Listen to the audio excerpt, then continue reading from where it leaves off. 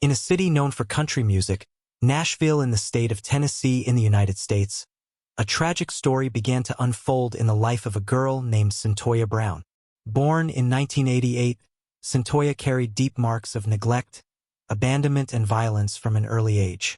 Her biological mother was a drug user, and her father, whose identity remains uncertain, did not take part in raising her. Cyntoia grew up without solid family references, clear boundaries, or the protection that every child deserves.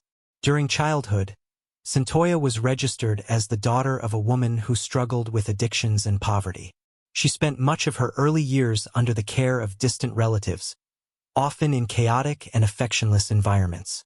At an early stage, she entered the social assistance system. She was formally adopted at the age of 3 by a seemingly stable family, but that stability would not last long. Later reports indicated that she suffered physical and emotional abuse within this new home. Cyntoia stated in testimonies that she endured constant physical and emotional abuse. Many times, she was isolated, forbidden from interacting with other children, and treated like an outsider within her own house. That reality dragged on until adolescence. At just 12 years old, Cyntoia was already regularly running away from home, seeking escape from the hostile environment. Each escape brought her closer to the streets and the wrong people. At school, Cyntoia had academic and behavioral difficulties. Teachers noticed signs of trauma, but little was done to help her. Her history within the educational system shows multiple changes of institution and ignored psychological assessments. At 14, Cyntoia was officially missing from home. She walked the streets of Nashville aimlessly, without shelter or protection. And it was at that moment that she met someone who would completely change her life. Corey Tate, known on the streets as Cutthroat. Corey Tate was a violent man with criminal records and involvement in drug trafficking and prostitution. He presented himself as a protector, offering food, shelter, and attention. To Cyntoia, he seemed like a way out. In reality, he marked the beginning of a new cycle of oppression. Under Tate's control, Cyntoia was turned into a victim of human trafficking. She was forced into prostitution in motels, alleys, and abandoned houses. Any attempt to resist was punished with physical violence and death threats. She lived under constant control. Tate dictated where she could go, who she could talk to, and even how she dressed. In exchange for obedience, Cyntoia received food and sometimes a place to sleep. But at no point did she have real freedom. By 16, Cyntoia had internalized the idea that this was her reality. She saw herself as Tate's property, unable to escape. But something would happen in August 2000 that would change everything. That night, Cyntoia was sent by Tate to meet a man called Johnny Allen Goss. He would be just another client.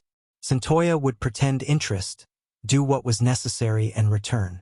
No one expected what would follow. But before diving into that fateful encounter, we need to better understand who Johnny Allen Goss was, what his relationship was with this hidden world, and how a simple sexual transaction ended in murder. That night in August 2004, in Nashville, Tennessee, a man named Johnny Allen Goss was preparing to receive a young woman at his house. He didn't know, but that would be his last meeting with someone alive. Johnny Goss was 43 years old at the time. He was a white man, divorced, with a history of troubled relationships and a discreet profile within local society. He worked as a real estate broker and lived alone in a modest house on the outskirts of town. According to later investigations, Goss was a frequent customer of prostitutes. He maintained contact with informal networks connecting interested men to young women willing or forced to offer sexual services. His name had already appeared in police records for suspicious activities, although he had never been convicted of anything serious. That night, he contacted Corey Tate, Cyntoia's pimp, arranging a meeting with one of the girls available. Tate chose Cyntoia, saying she needed to work to prove her loyalty. To him, it was just another business transaction. Cyntoia was taken to Goss's house by another man connected to Tate's criminal group. She arrived around 9:00 p.m., wearing provocative clothes and with clear instructions. Charge for the service, do whatever was asked, and return quickly. Upon entering Goss's residence, Cyntoia noticed details that made her uncomfortable. The place was messy, filled with pornographic magazines and personal items scattered around. In the living room, there was a visible gun on a table. That triggered an alarm in her mind. Goss paid Cyntoia up front, handing her some cash. Then he asked her to go to the bedroom. There, things started to change direction. Cyntoia realized he wanted something beyond what had been agreed upon. According to Cyntoia's testimony during the trial, Goss insisted that she use a sex toy while engaging in anal sex. She hesitated but gave in under pressure. It was at that moment that she felt real fear that she wouldn't leave alive. She claimed to have seen Goss turn his back to get something from the drawer of the bedside table. Believing he might be armed or trying to overpower her, Cyntoia acted on instinct. She grabbed the gun she had previously seen in the living room and shot him. A single shot hit Goss in the back. He fell unconscious on the floor of the bedroom. Cyntoia, in shock, grabbed her clothes and the money and fled the scene. Upon returning, she told Tate what had happened. Surprisingly, he seemed calm. Tate ordered Cyntoia not to speak to anyone about it and kept her under control. Days passed without her knowing whether Goss was alive or dead, until the police knocked on the door.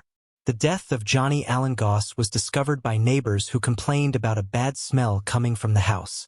When the police entered, they found the body already in an advanced state of decomposition. The blood on the floor indicated there had been a struggle.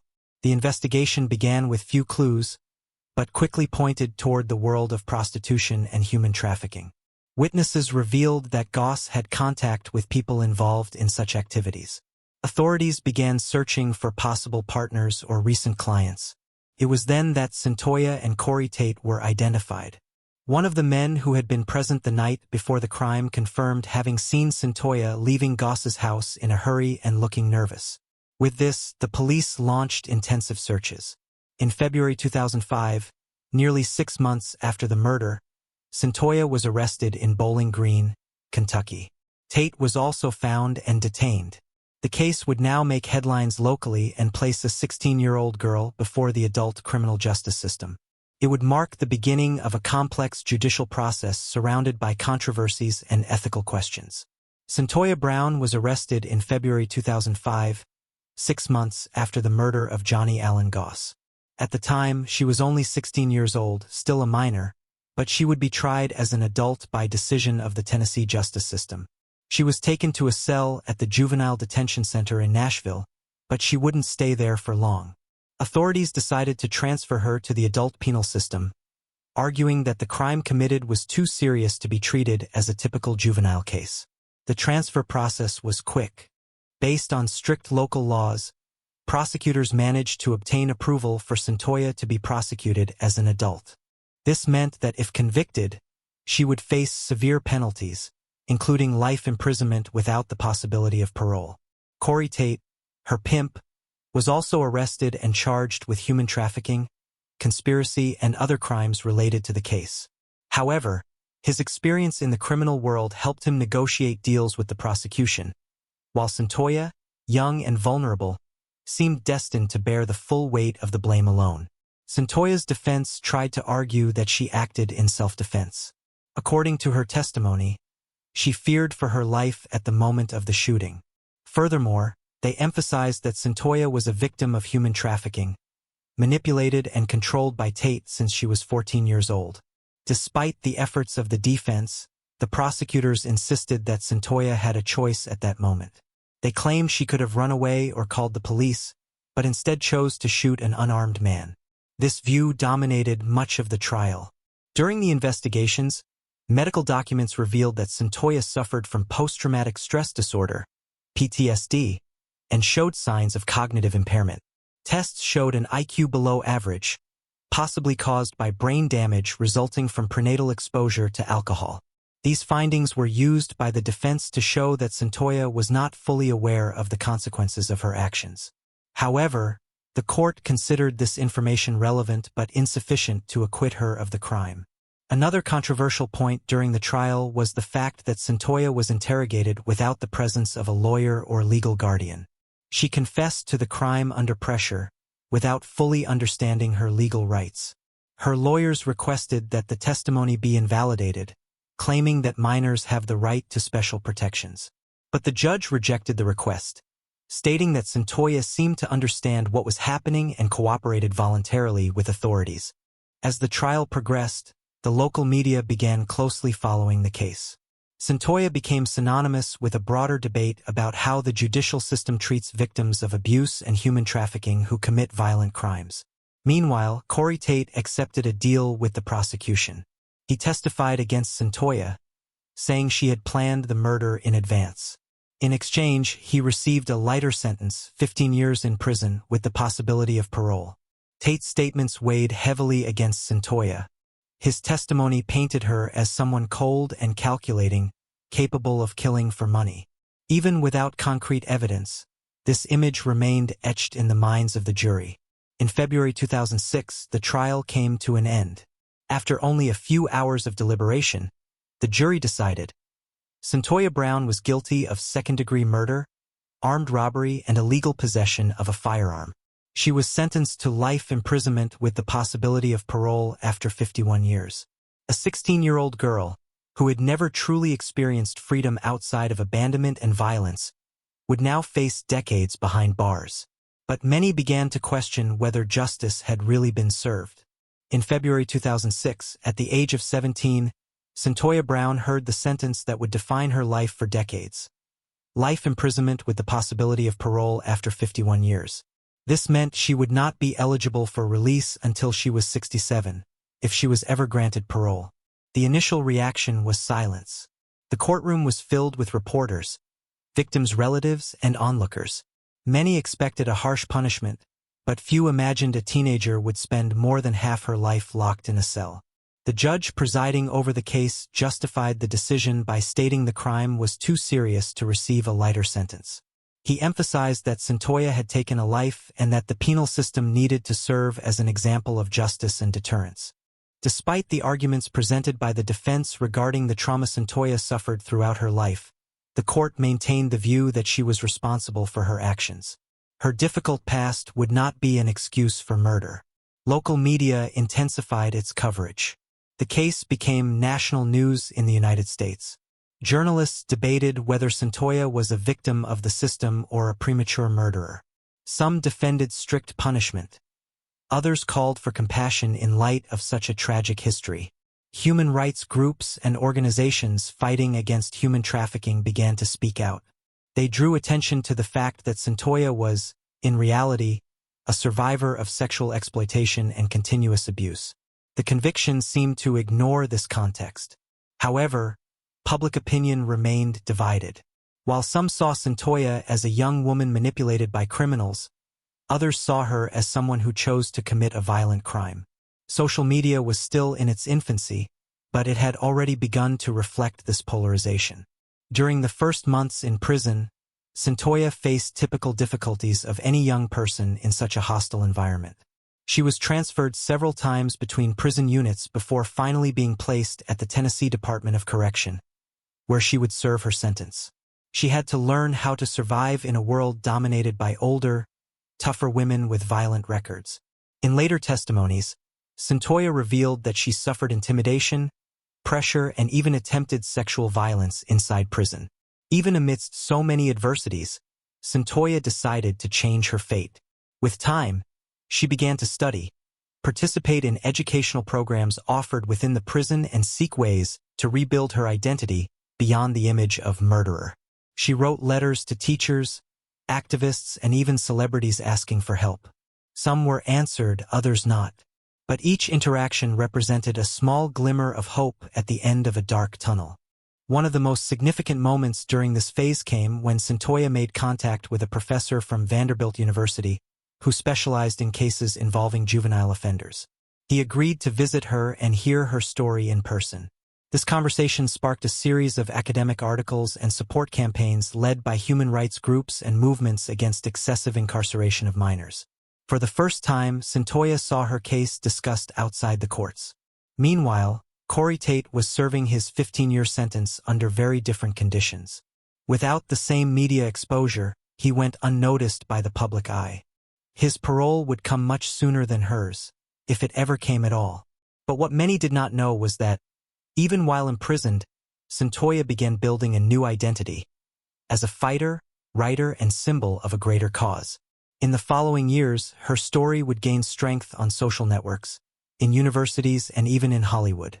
In the years following Cyntoia Brown's conviction, her story began to take on new dimensions beyond prison walls. Academic papers, investigative reports, and social movements started questioning whether the judicial system had been fair in treating her as an adult and imposing such a severe sentence. One of the first major texts to rekindle public interest was published by a group of researchers from Vanderbilt University. They analyzed similar cases and pointed out that Cyntoia was a negative exception. White youths in similar situations often received lighter sentences or were referred to rehabilitation programs. This study generated debates on social networks and among experts in criminal law and juvenile justice. A silent but growing movement began calling for a review of Cyntoia's case and changes in laws that allowed teenagers to be tried as adults. Inside prison, Cyntoia continued her personal journey of transformation. She participated in high school courses and then enrolled in a university program offered within the prison facility. Over time, she became one of the most studious and active inmates in the environment. Additionally, Cyntoia wrote an autobiographical book titled Free Cyntoia: My Journey to Redemption, where she detailed her traumatic past, the events leading to the crime, and her personal evolution during incarceration. The book caught the attention of activists, lawyers specializing in human trafficking cases, and even celebrities interested in social causes. Many saw in her not only a prisoner but a symbol of the fight against systemic injustices. In 2014, an independent documentary titled Me Facing Life: Cyntoia's Story was released in the United States. The film featured exclusive interviews with Cyntoia, family members, lawyers, and experts. It circulated at festivals and eventually aired on American public television. The impact of the documentary was immediate. For the first time, the general public gained access to a complete narrative about Cyntoia's life, not just as a defendant, but as a victim of abuse, neglect, and sexual exploitation. Public opinion began to shift in her favor. From that moment on, online campaigns began to emerge strongly. On social media, hashtags like #FreeCyntoia and #JusticeForCyntoia were created. Celebrities such as Kim Kardashian, Rihanna, and LeBron James used their platforms to advocate for a review of her sentence. This global pressure caused politicians and local authorities to start paying attention. In 2016, Cyntoia was included in a list of priority cases by the Tennessee Prisoner Advocacy Network, a group that fought for restorative justice and the review of excessive sentences. Her defense team, now strengthened by external support, filed a new request for parole. This time, they argued that Cyntoia had shown genuine remorse, behavioral change, and positive contributions both inside and outside prison. However, the request was denied. Authorities stated that, although they recognized her personal growth, the crime committed still represented a significant risk to public safety. To many, the decision seemed cruel and out of context. Despite this new setback, the pro-Cyntoia movement did not stop. In 2017, an online petition with over 500,000 signatures was delivered to the governor of Tennessee, demanding clemency. Religious, educational, and feminist groups also joined the cause. International media began covering the case more frequently. Magazines such as Time, The Guardian, and Vanity Fair published articles highlighting Cyntoia as an example of how the system punishes victims when they commit crimes, especially when they are poor black women. Meanwhile, inside prison, Cyntoia saw her struggle grow larger than she had ever imagined. Her story was no longer just hers. It had become part of a broader debate about justice, race, gender, and the future of criminal laws in the United States. But there was still a long way to go before freedom would truly arrive. After more than a decade locked in a cell, Cyntoia Brown saw her first real chance at freedom arise in early 2019. After years of campaigns, petitions, academic articles, and international pressure, the authorities in Tennessee began seriously considering her release. The state governor at the time, Bill Haslam, was known for making tough decisions in delicate cases. He had already granted clemency to other prisoners, but none carried as much media weight and symbolism as Cyntoia's case. In January of that year, the Tennessee Board of Parole reviewed Cyntoia's request again. This time, the arguments were even stronger. She had completed her bachelor's degree behind bars, participated in rehabilitation programs, and received letters of support from teachers, lawyers, and even judges. Her defense presented testimonies from child trauma specialists, forensic psychologists, and human trafficking survivors, all stating that Cyntoia no longer posed a threat to society. Additionally, they highlighted that she had been a victim of sexual exploitation since an early age. The final report from the board was favorable to parole. The document acknowledged the seriousness of the crime but also emphasized Cyntoia's personal transformation and the importance of restorative justice, meaning the possibility of repair and social reintegration after genuine remorse. Based on this report, Governor Bill Haslam publicly announced on January 7, 2019, that he was granting clemency to Cyntoia Brown. The decision would take effect in August of that year, giving the prison system time to prepare for her release. The news spread quickly. News sites updated their pages in real time. Celebrities posted messages of support on social media, and social justice movements celebrated the decision as a historic victory. For many, it marked the end of nearly 15 years of unjust waiting. Not all reactions were positive, however. Part of the population and some of the victims' relatives criticized the decision, saying Cyntoia should have served her entire sentence. They argued that no one has the right to take a life and expect forgiveness so soon. Despite the criticism, the government stood by the decision. The official statement from the governor's office stated that the granting of clemency did not erase the past, but recognized Cyntoia's potential for redemption and her commitment to a different life after prison. In the weeks that followed, Cyntoia received visits from friends, mentors, and journalists. She knew that, although she was about to be released, her fight was far from over. The world outside had changed greatly in the last 15 years, and she would need to adapt to a new reality. To help her through this transition, organizations supporting former prisoners and human trafficking victims offered assistance. A reintegration plan was put together, including temporary housing, psychological counseling, and help finding employment. Cyntoia also decided to resume her awareness mission. In press conferences and private conversations, she reaffirmed her commitment to helping other young women in similar situations. She wanted to show that it is possible to overcome the past, even when everything seems lost. She began planning new projects. She intended to write another book, participate in motivational talks, and work directly with support centers for victims of abuse and exploitation. Her story had become a symbol of resistance and transformation. Meanwhile, Corey Tate, her former pimp, remained incarcerated. His parole was still distant, and he remained practically forgotten by authorities and the media. While Cyntoia sought redemption, he faced the full weight of the law. Finally, August 7, 2019 arrived, the official date of Cyntoia Brown's release. After nearly 15 years behind bars, she would breathe free air for the first time as an adult woman. But what would this new chapter look like? What impact would her return to the free world bring? On August 7, 2019, Cyntoia Brown walked out of prison as a different woman, not just free but transformed. Wearing civilian clothes for the first time in nearly 15 years, she took a deep breath and looked up at the blue sky of Tennessee, as if seeing the world for the first time. She was greeted by her lawyer and a few close friends who had supported her throughout the process. Amid hugs and tears, Cyntoia expressed gratitude for finally being able to walk without barriers, choose her own clothes, and sleep without bars at night. Her first destination was a temporary apartment in Nashville, provided by a non-profit organization specializing in the reintegration of former prisoners. There, she would receive psychological support, legal assistance, and financial help during the first months outside prison. Despite the initial emotion, the first days were challenging. Cyntoia needed to relearn how to deal with modern technology, understand how social media and apps worked, and even handle basic banking transactions.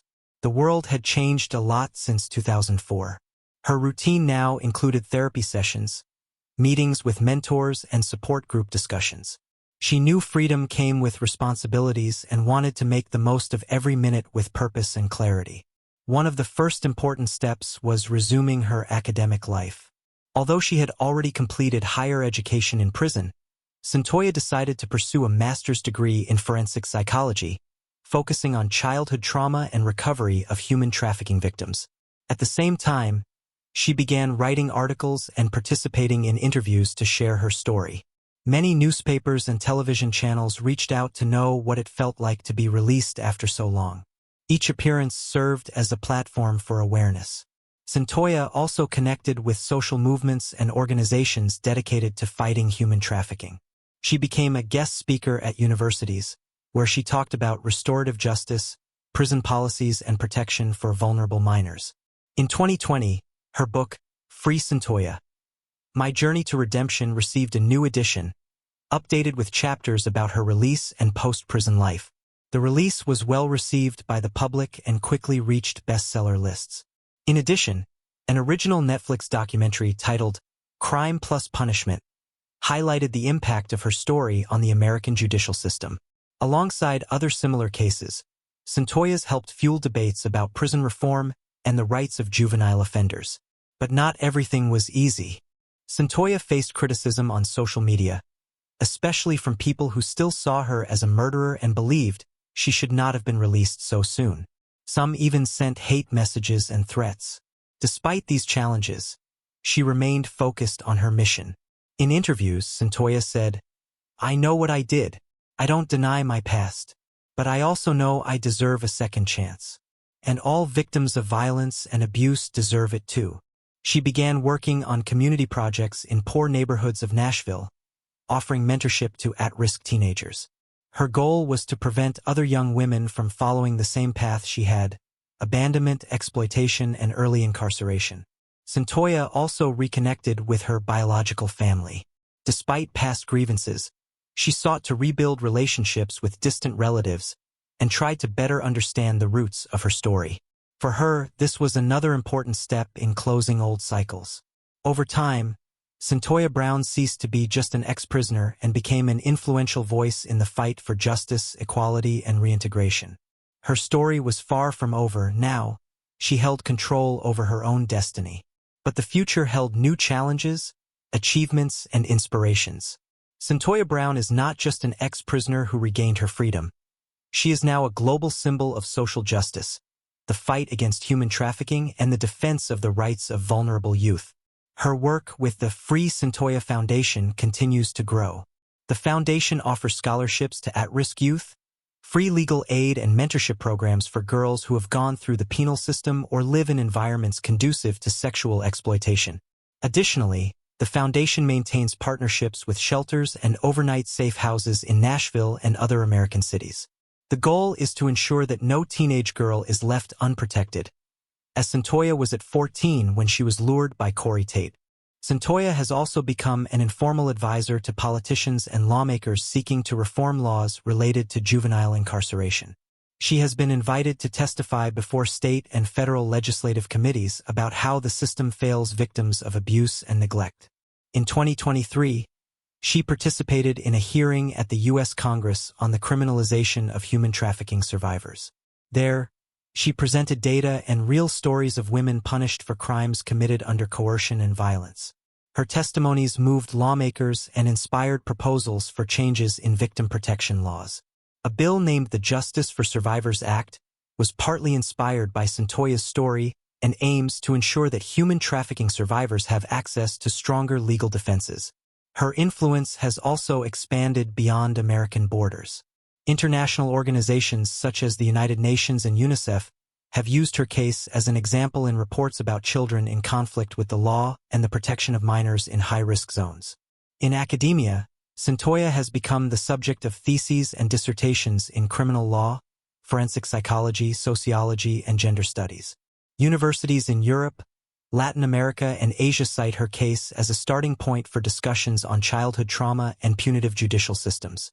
She also maintains a strong presence on social media, where she shares snippets of her daily life, book tips, personal reflections, and messages of hope for her followers. Her Instagram and Twitter have become platforms where thousands find inspiration and guidance. Cyntoia does not hide the difficulties she still faces. In honest posts, she has spoken about anxiety, fear of making mistakes again, and the pressure of carrying a public image of redemption. But she always reaffirms, I am human, I made mistakes, and I'm still learning. At the same time, she uses her platform to advocate for others with similar cases. She has written letters supporting young female prisoners in the United States, collaborated with clemency campaigns, and encouraged families of victims to seek alternatives to revenge. One of the most ambitious projects she is involved in is the creation of an international support network for human trafficking survivors. This network aims to connect survivors, lawyers, psychologists, and advocacy groups to provide multidisciplinary support across countries. She also plans to launch a free online course on resilience, self-awareness, and emotional recovery, especially for women who have experienced severe trauma. The course will be free for those who cannot afford to pay. Cyntoia often remembers that her journey is not unique. Thousands of girls and boys around the world are in situations similar to the ones she lived. Abandoned, exploited, manipulated, silenced. And it is for them that she continues to fight. Today, Cyntoia Brown is much more than an ex-prisoner. She is a powerful voice in the fight for justice, compassion, and systemic change. Her story has not only touched hearts, but mobilized movements, influenced laws, and transformed lives.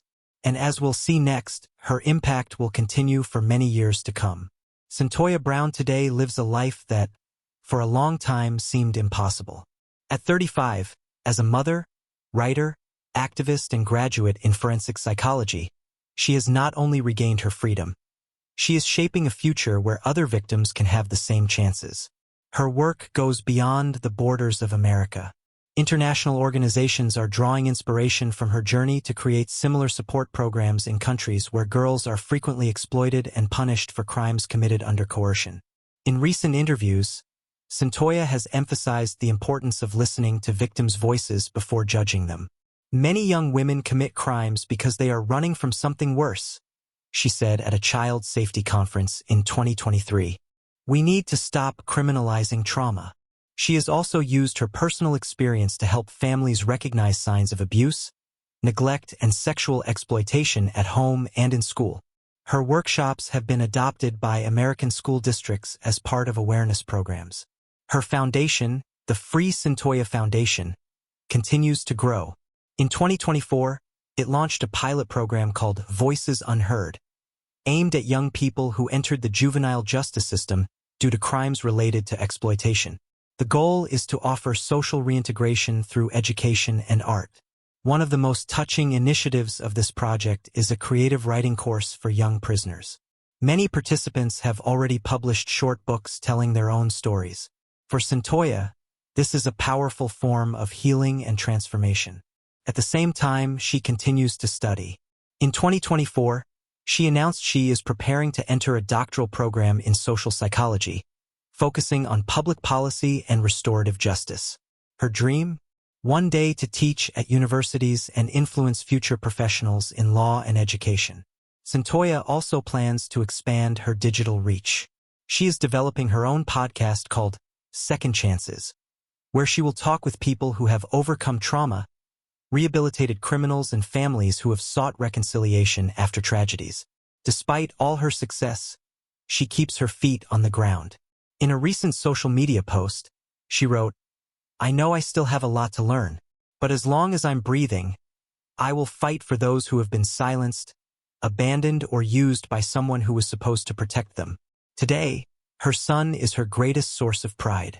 Raised in an environment full of love and stability, he represents to Cyntoia a new chance, not only for herself, but to break cycles of abandonment and violence that marked her own childhood.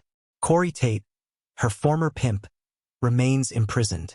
He had his first chance at parole in 2023, but it was denied. Meanwhile, Cyntoia remains free, working to ensure no other girl experiences what she did under his control. Cyntoia's case changed perceptions of justice in the United States.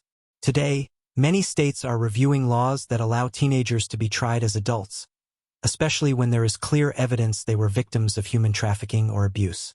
In the legal world, her name increasingly appears in discussions about prison system reform. Law professors use her case as an example of how the law can fail the most vulnerable, and how understanding trauma can lead to fairer decisions. Cyntoia Brown proved that no one is defined solely by the worst moment of their life. Her story shows that, with the right support, a fair opportunity and space for change, anyone can transform and change the world around them. Her journey is a powerful reminder that, even in the most adverse circumstances, there is always hope. And that is why we invite you, who have made it this far, to reflect. You can be part of this change. Share the story. Talk about justice. Encourage dialogue about trauma and recovery. Because together we can build a fairer world.